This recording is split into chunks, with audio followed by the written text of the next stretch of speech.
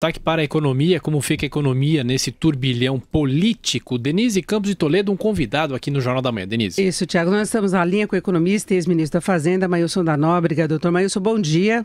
Bom dia, Denise. Doutor Mailson, nós temos várias suposições a fazer, cenários possíveis. Temer fica sem governabilidade, Temer fica e tenta garantir a base de apoio. Ele fala, inclusive, em seguir com aquele cronograma de leitura dos projetos aí de reforma e troca, saída de Temer. Eu queria saber, nesses cenários, como é que o senhor vê a economia brasileira? Olha, Denise, eu acho que ninguém tem dúvida de que o país ingressou num ambiente de muitas incertezas.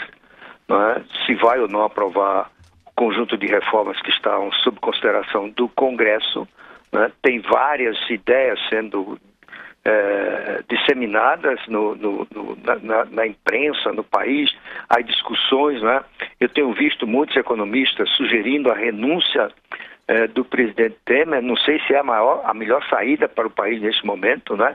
Até porque, Denise, a renúncia é um ato de vontade, por natureza unilateral. Eu acho difícil que o presidente Temer, neste momento, venha a renunciar. Existe uma lógica política por trás dessa decisão que ele já tomou de não renunciar, que é muito fácil de entender. A presidência da República é um cargo poderosíssimo, dotado de imensos recursos de poder, nomeação de centenas de pessoas para cargos no governo e nas empresas estatais, liberação de emendas parlamentares, condução de programas de governo e assim por diante. Não é? A renúncia significa o desaparecimento instantâneo desses recursos e a queda do presidente para a planície. E ele vai se submeter ao julgamento de juízes de instâncias inferiores. Eu acho que nenhum político com a experiência dele, não é, com a maturidade dele, vai cometer esse ato louco de renunciar, a não ser que as circunstâncias piorem muito, o povo vai às ruas, né? Aí vai ficando uma coisa inadministrável. Ele perca, por exemplo, todo o apoio no Congresso Nacional, e aí ele fica encurralado e talvez tenha que partir para esse suicídio político, né? Mas a economia aguenta se ficar numa situação de fragilidade do presidente, sem nada acontecendo no Congresso? Como é que fica a situação? Olha, Denise, eu estou no pressuposto de que o governo tem capacidade de articulação política para manter o mínimo de apoio no Congresso Nacional. Eu acho que não está, como muita gente pensa, estabelecido que o Temer já morreu. Né? Eu acho que não. Né? Ele tem capacidade de articulação, tem recursos de poder para manter a sua base. É claro, existe um ponto essencial nesse processo, que é a posição do PSDB e do DEM, que estão anunciando, estariam examinando a hipótese de abandonar a base aliada. Para o PSDB, particularmente, é uma decisão não é simples, porque se o PSDB abandona o presidente Temer, junto vai o DEM, vão outros partidos oportunistas, você coloca o país numa situação de total ingovernabilidade, que levará no extremo à renúncia do presidente. Só que tem que pensar no depois. O que vai acontecer depois? As pessoas estão dizendo, não, esses partidos se articulam, escolhem um nome de consenso e esse nome de consenso será aprovado, será aceito pelo Congresso Nacional. Não está escrito que eles possam ter o controle disso aí. Não é? Esse processo não tem controle, até porque os partidos políticos não têm a força que deveriam ter no sistema político como o brasileiro.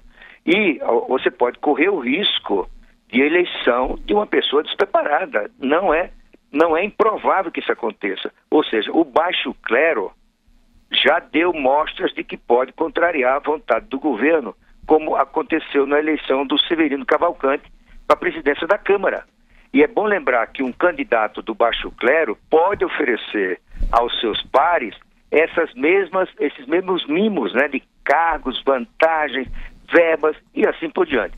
Portanto, eu acho que o PSDB é um partido maduro, eu diria que nesse sentido é o único que merece o título, junto com o PT, de partido político. Eu acho que o PSDB não vai fazer a loucura de sair do governo de uma hora para outra, né? Isso tem muitas implicações. Qual é a implicação na economia? Eu diria, a principal implicação seria a morte das reformas.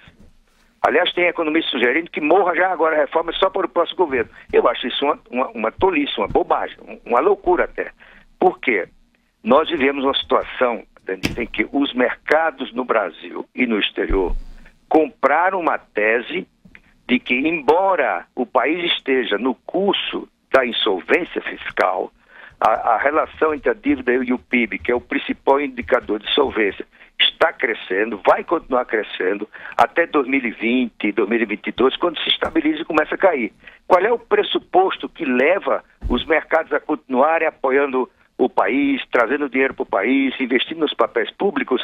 É que o governo consegue, além do teto dos gastos, aprovar a reforma da Previdência e em 2018 se elege um brasileiro responsável, líder, que dá prosseguimento às reformas, e lá para 2022, 2023, ninguém sabe exatamente o ano, essa relação começa a declinar e se afasta o risco da insolvência. Certo. No momento em que o presidente pede o apoio e as reformas vão para o espaço, essa premissa desaparece. Nós teremos uma fuga intensa de capitais no país que pode levar a uma situação incontrolável e dificilmente vista em outro período do país.